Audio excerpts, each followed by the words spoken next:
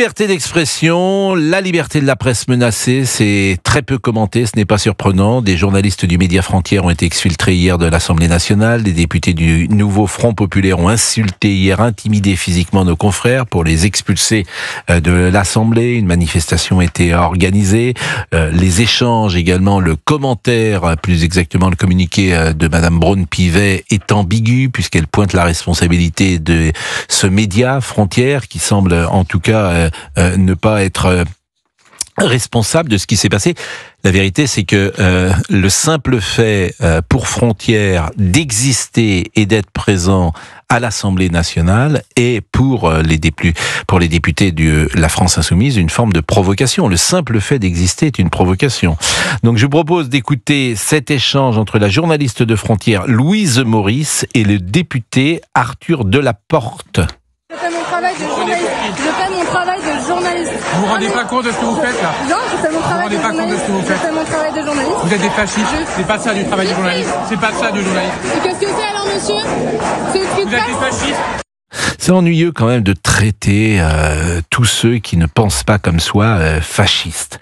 Je voulais vous faire écouter également, alors là c'est une sorte d'ambiance quand les journalistes sont exfiltrés de l'Assemblée.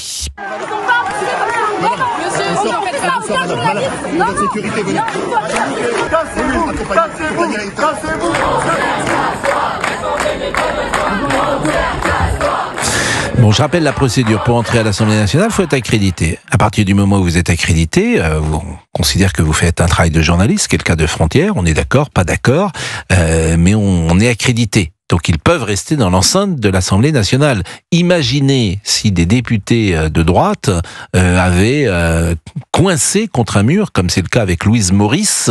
Hier, des députés de droite, s'ils avaient coincé par exemple une journaliste, parce que c'est une femme, une journaliste par exemple de Libération. Toute la presse ce matin en parlerait. Les sociétés de journalistes crieraient évidemment au scandale. Là, c'est un média de droite, Frontières, qui a les articles qu'il souhaite avoir. Et c'est vrai que le dossier était contre Jean-Luc Mélenchon. Manifestement, ça ne plaît pas de la France Insoumise. Donc, ils sont exfiltrés, manu militari, si j'ose dire, de l'Assemblée nationale. Louise Maurice, elle était hier soir sur CNews. Écoutons-la. Il y a aussi des femmes qui m'ont plaqué contre le mur, certaines images le montrent aussi. Je suis prête limite à tomber au niveau de la rambarde, je suis complètement serrée contre le mur. Et donc c'était Claudia Rouault et une autre députée également qui, elle, je leur ai dit, vous me faites mal madame, vous êtes en train de me faire mal. Et elle m'a dit, t'as qu'à te dégager, dégage. Et c'était d'une violence extrême. Et ensuite... Alors à ce moment-là, il y a une personne qui était au niveau du service de l'Assemblée nationale qui m'a sorti de là. Il m'a dit, madame, c'est pour votre sécurité. Donc c'est absolument dingue que des journalistes soient sortis pour leur sécurité au niveau de l'Assemblée nationale. Déjà, il faut quand même réaliser la gravité de ce que c'est. C'est quand même extraordinaire. Je vous assure, on vit une époque absolument incroyable. Et je répète, Madame Braun-Pivet, son communiqué, pour le moins, est ambigu. Je vais vous le lire, son communiqué. On aurait pu imaginer qu'elle condamne ce qui s'est passé hier. Mais je vais vous lire précisément ce qu'elle a dit, Madame Braun-Pivet. Dans quelques secondes, elle dit la méconnaissance de ces règles, elle parle de ce qui se passe à l'Assemblée nationale, peut donner lieu à des mesures restrictives d'accès à l'Assemblée et de retrait d'accréditation.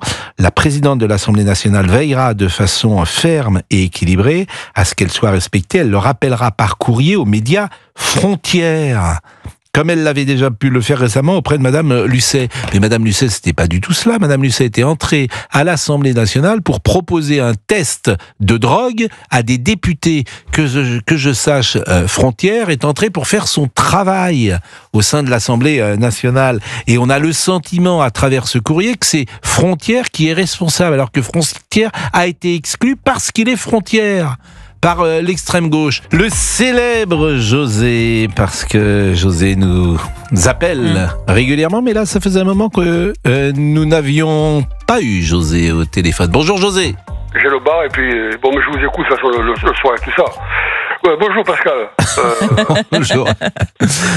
J'ai pas écouté le début de la phrase, mais j'ai entendu la... J'ai le bar et tout ça à m'occuper, vous comprenez. Le bar, oui. Voilà. Ah oui, vous avez un bar. Voilà. Non, oui, mes fils et tout ça, vous le savez. Mais moi, j'aimerais bien un jour qu'on aille, on ferait une émission en direct de votre bar. Non, ça serait génial. On ferait un direct, ça serait sympa. Sinon, on va tous finir en prison. Après, je préfère. Ah bah non, je n'ai pas envie de finir en prison, mais pourquoi Non, pas vous, nous. Mais pourquoi? Je pourrais imaginer combien nous menacer. Après, tu as fait venir pour, si on nous menace, nous, après, vous êtes courageux. Je pensais que vous étiez plus courageux que ça. Ah ben, non, on est courageux, monsieur Paul. Ce que je veux dire par là, que si on nous menace à nous, oui. Après, la personne, elle est mal. Vous voyez ce que je veux dire? Vous comprenez ce que je veux dire? Je vais pas vous faire un décès. J'ai compris. Rappelez-vous les Black Blocs qui sont venus, qui ont cassé le bar de mon ami, ils les ont jetés comme deux chiens là-bas devant la Timone, ils leur ont pris leur carte d'identité. Après, ils se sont calmés, les Black Blocs, ils ont compris. On n'a jamais parlé de ça, vous vous rappelez, monsieur Pro? Bon, je m'en rappelle, je me le rappelle. Oui, les Black Blocs, ils viennent plus après. Je me le rappelle et je m'en souviens, comme disaient nos vieux professeurs. Dites-moi, qu'avez-vous pensé de la scène de l'Assemblée nationale hier? Monsieur Paul, qu'est-ce que je veux dire? C'est toujours pareil. À partir du moment où ils n'ont pas supporté, vous comprenez que Frontière, il parle de ce que fait par exemple la France Insoumise en qualifiant le parti de l'étranger. Voilà, ils n'ont pas supporté que par exemple que Frontière dise que LFI c'est un parti qui prend l'islamisme, l'antisémitisme, le racisme, l'autoritarisme, etc., etc. Mais moi, et c'est pour cette raison-là, mais à partir du moment, monsieur Pro, où ces gens-là, vous avez des journalistes qui rentrent, c'est liberticide, c'est une atteinte à leur liberté. C'est presque du fascisme, ça. Mais c'est toujours pareil, monsieur Pro. Vous avez des gens qui menacent, là, comme sur le coq, comme l'autre, comment il s'appelle, Arnaud, je sais pas quoi, là. Ils menacent, ils intimident, ils risquent rien, vous comprenez, monsieur Pro, parce que vous avez à la tête de l'État un mec qui n'a pas de courage, qui n'a pas d'autorité, un soumis. Vous comprenez ce que je veux dire? Regardez-moi sur le coq quand il menace la petite de 20 ans. Mon copain, selon qui tu le fais, ça, t'es mal, mais t'es très mal après. Bon, ce que je vous propose, c'est d'écouter justement cette jeune fille de 20 ans, comme vous dites, qui s'appelle Louise Maurice, qui est journaliste à Frontière. Elle a peut-être un peu plus de 20 ans d'ailleurs. Je vous propose d'écouter un deuxième témoignage de Louise Maurice. Ils nous ont exhorté jusqu'à ma voiture pour qu'on soit en sécurité. Donc c'est vous montrer à quel point des personnels de l'Assemblée vous ont escorté jusqu'à votre voiture pour être certain que alors j'espère pas des députés, mais des assistants de députés, des militants de la CGT ne vous agressent pas. Donc on vous a escorté jusqu'à votre voiture. La police nous a escortés jusqu'à ma voiture. La police. Bon, on aimerait des réactions ce matin. Il n'y en a pas beaucoup dans la presse, pour tout vous dire. Il n'y a pas beaucoup de réactions politiques non plus. Écoutez, Gérard Larcher, président du Sénat, il était l'invité ce matin de Sonia Mabrouk et sur Europe 1 et sur CNews. D'abord, première des choses, la liberté de la presse n'est pas à géométrie variable. Il y a des règles dans une assemblée, ça s'appelle l'accréditation, et dans cette accréditation, il y a derrière un comportement des journalistes, certes, mais aussi comportement des groupes politiques qui doivent respecter ces règles. Et je le redis, la liberté de la presse n'est pas à géométrie variable, et c'est pas un groupe politique d'avoir de tels comportements. Si ça s'était passé au Sénat, je pense que j'aurais eu la même réaction que la présidente de l'Assemblée nationale. En tous les cas... Certains ont trouvé son communiqué ambigu. Écoutez, clairement, il rappelle que c'est à elle d'accréditer. Et je dois dire que c'est un utile rappel. Mais c'est pas certains qui ont trouvé, c'est beaucoup qui ont trouvé forcément ce communiqué ambigu. Je le rappelle, la méconnaissance de ces règles, a écrit Yael Braun-Pivet, peut donner lieu à des mesures restrictives d'accès à l'Assemblée et de retrait d'accréditation. La présidente de l'Assemblée nationale veillera de façon ferme et équilibrée à ce qu'elle soit respectée. Elle le rappellera par courrier à Média Frontières. Mais Média Frontières, je le répète, vous avez vu les images, souhaitait être présent à l'Assemblée nationale. On va voir d'ailleurs ce qui va se passer aujourd'hui. Et les journalistes faisaient simplement leur travail. Et des jeunes gens sont venus pour les empêcher de travailler. José, qui est toujours avec nous et que vous connaissez, qui intervient régulièrement, qui est un des représentants du voyage, José, et qui habite dans le sud de la France, et qui voulait nous donner son avis, et qui est toujours respectueux d'ailleurs avec les femmes, ce qui vous choque aussi, cette dimension-là dans cette action. Écoutez-moi, monsieur Pro, vous vous rendez compte quand vous avez ces mecs-là de LFI, là, ou ces députés-là, qui veulent mettre une balle dans la tête à la petite Cordier. Mais selon à qui tu dis ça, mon ami, qu'il faut qu'il m'écoute quand je parle. Mais peut-être que tu finis dans le coffre d'une voiture, toi. Oui. Eh oui, on va peut-être pas aller jusque-là. Donc vous avez parlé d'Alice Cordier, qui est une jeune fille, effectivement, qui est souvent ciblée. Moi, si vous dites que je vais mettre une balle dans la tête à ta fille, je te laisse pas le choix, hein. Vaut mieux que je te trouve avant que tu me trouves, hein. Et oui, monsieur Pro, voyez, on n'a pas la même réaction. Ça, c'est comme le corps, le député, là. Qu'est-ce qu'il y a 60 ans, toi? Tu t'amuses avec une petite de 20 ans pour de la pousser. Mais moi, j'attends que tu sortes, à toi. Et même s'il faut que je fasse 6 mois de prison, mais je te mets deux coups de poing dans la figure. Vous comprenez, je l'ai fait sur une jambe 6 mois de prison. Ces gens-là, monsieur Pro, ils intimident, ils provoquent, ils menacent parce qu'ils savent qu'ils risquent rien. Ils vont pas faire ça à des gitans ou à des Corses parce qu'ils savent qu'ils finissent dans le coffre d'une voiture. Je vous le dis comme je le pense. Et vous savez que nous, quand on parle pas dans le vide. Je suis d'accord avec vous. Je souhaiterais qu'on mette nos amis Corses en dehors de tout cela et qu'on mette nos amis gitans également. Non, mais vous êtes... Mais je comprends parfaitement ce que vous voulez dire.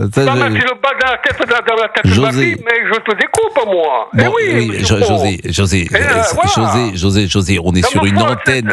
Sauf que José, il part toujours lentement et puis il se chauffe et on finit en découpant les gens. Je supporte pas, moi, ces mecs qui intimident les femmes.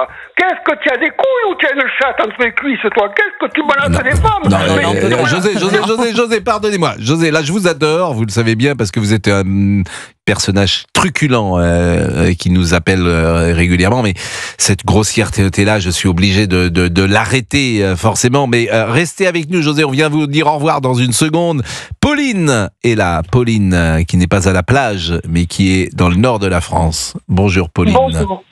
Bonjour. J'ai vu que Géraldine fronçait les sourcils. Vous connaissez pas ce film Pauline à la plage d'Éric Rohmer?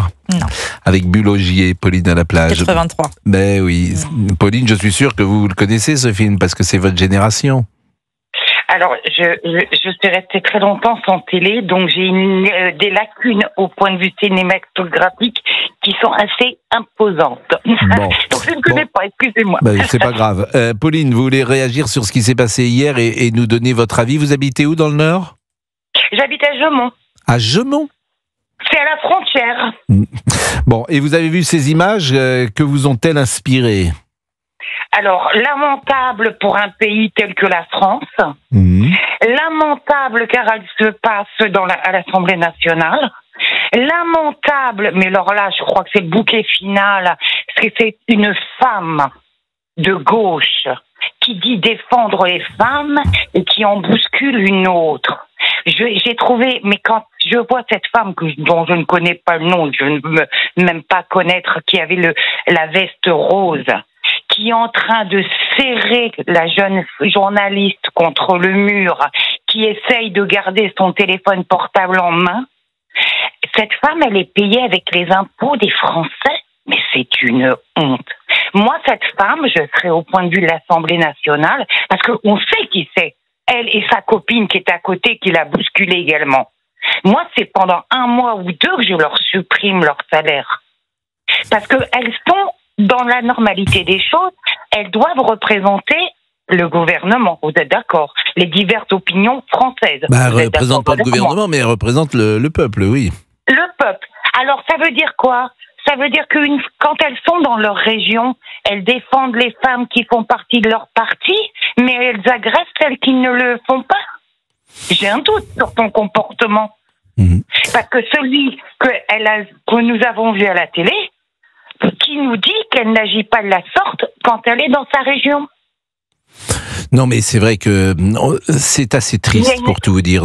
Ces images que nous voyons donnent une représentation de la France qu'on n'aime pas beaucoup. La représentation de la France qu'on aime, c'est une possibilité de dialogue qui doit exister entre des gens qui ne pensent pas la même chose. Et manifestement, on est dans une séquence où il est difficile de parler, notamment avec l'extrême gauche. Et la semaine dernière, vous avez eu un professeur d'université, Monsieur Balanche, qui n'a pas pu terminer son cours. Hier, vous avez à Strasbourg le directeur de Sciences Po qui est coursé dans la rue par des étudiants. Et vous avez cette image hier à l'Assemblée nationale. Donc tout cela donne effectivement une image qui n'est pas agréable de la démocratie française, pour faire court. Mais c'est le climat d'aujourd'hui, un climat d'intolérance, oui, de haine, souvent, d'intimidation, de violence, de menaces. Et j'ai envie de dire que ça vient de l'extrême gauche, toujours et tout le temps. C'est ça qui est tout à fait étonnant. C'est une époque qui fantasme sur une menace qui n'existe pas, en l'occurrence l'extrême droite imaginaire, que ses adversaires regrettent sans doute, au point de raviver son souvenir matin, midi et soir. Et puis, cette même époque refuse de voir la réalité avec cette intolérance, ce totalitarisme qui est à gauche, voire qui est à l'extrême gauche, plus exactement.